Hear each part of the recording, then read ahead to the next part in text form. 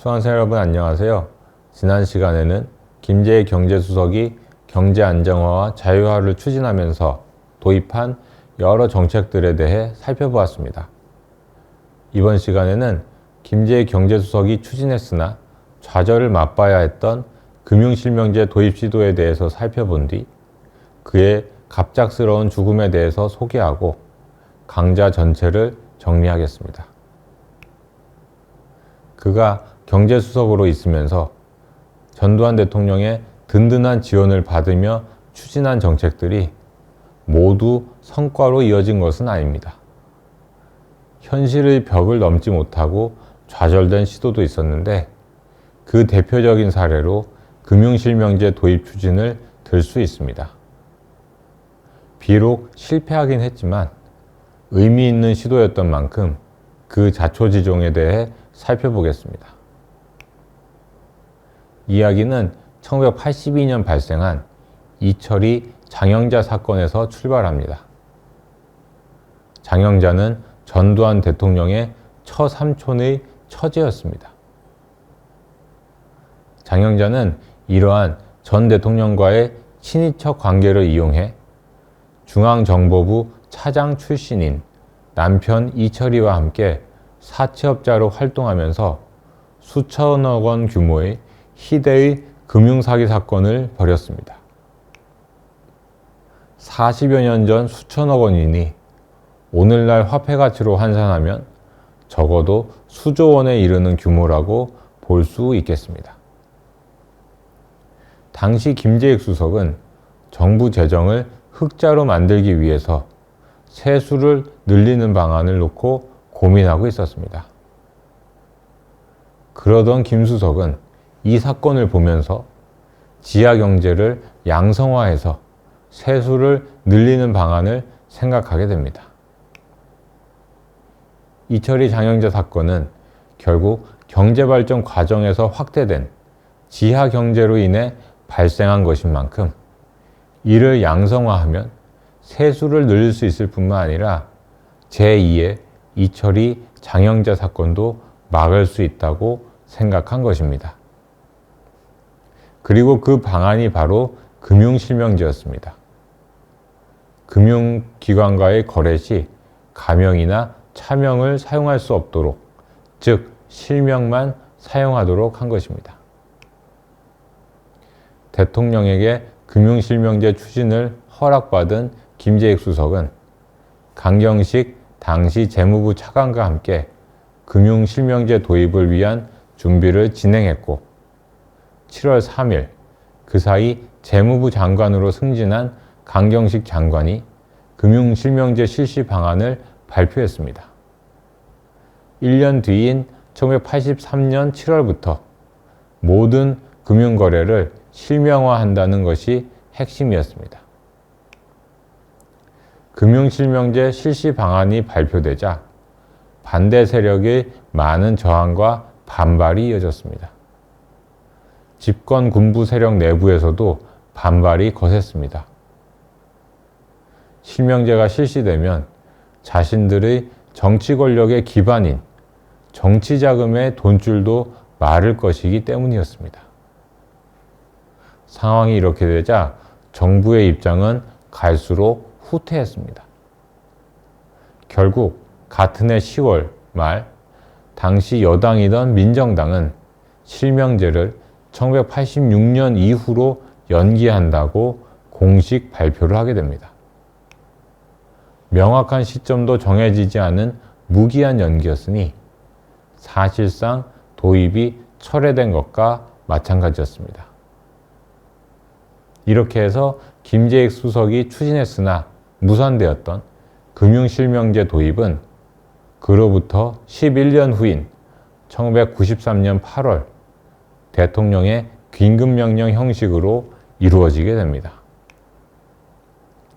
지금까지 살펴본 것처럼 김재익 수석은 전두환 대통령의 지원 속에 한국 경제의 체질을 바꾸기 위해 다양한 노력을 기울였습니다.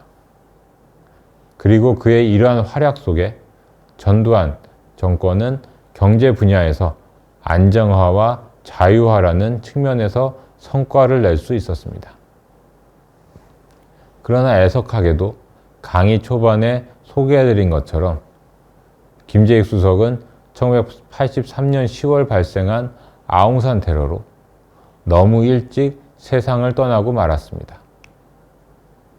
그는 실력뿐만 아니라 인품도 겸비한 인재였습니다.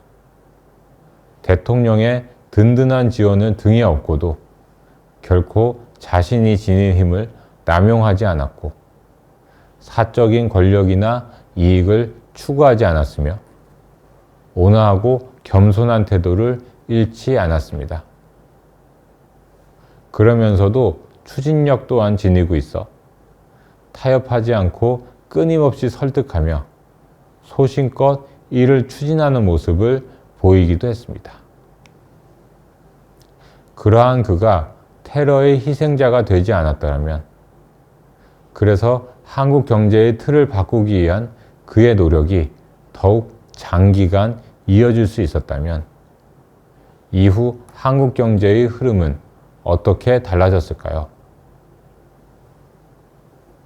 이제 한국의 경제관료 강좌를 마무리할 시간입니다.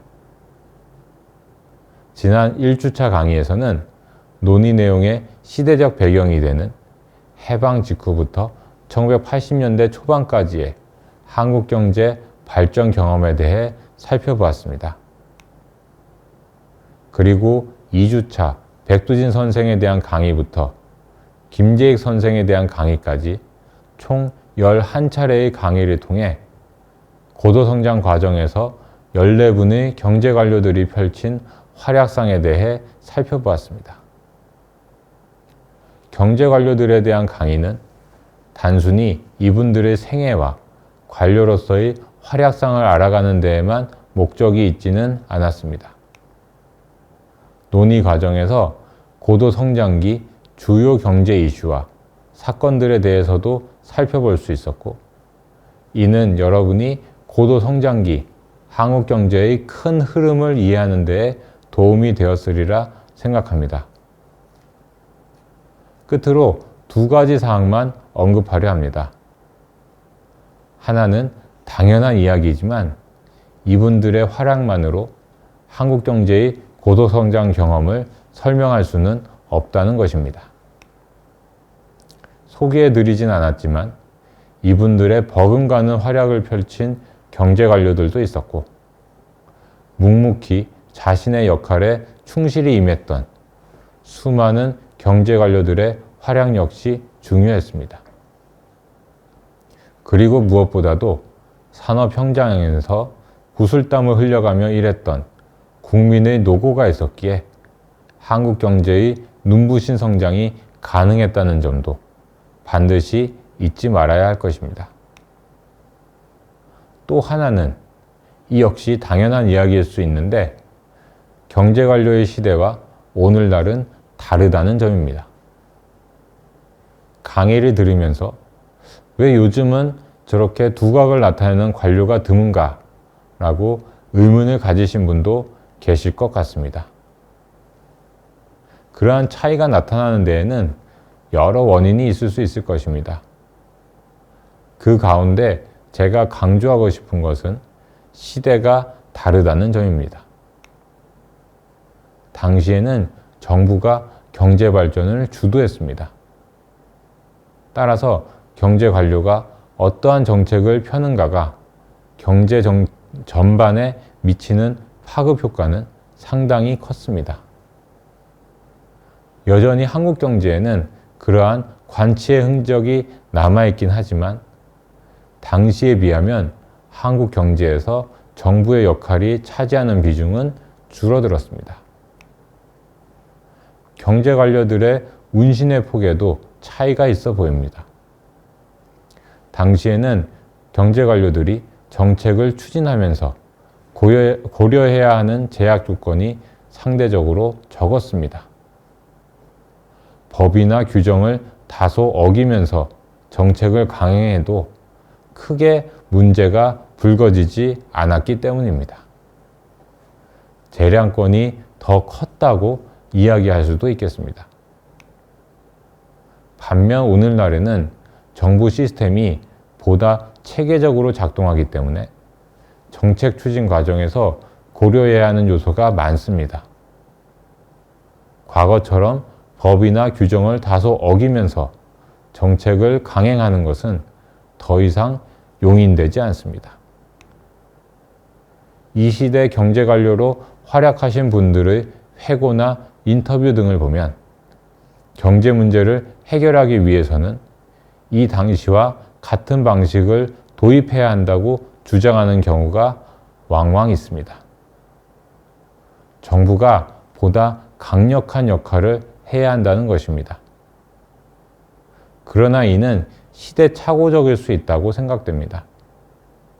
당시에는 유용했던 수단과 정책이 환경이 바뀐 오늘날에는 유용하지 않을 수 있음을 잊지 말아야 할 것입니다.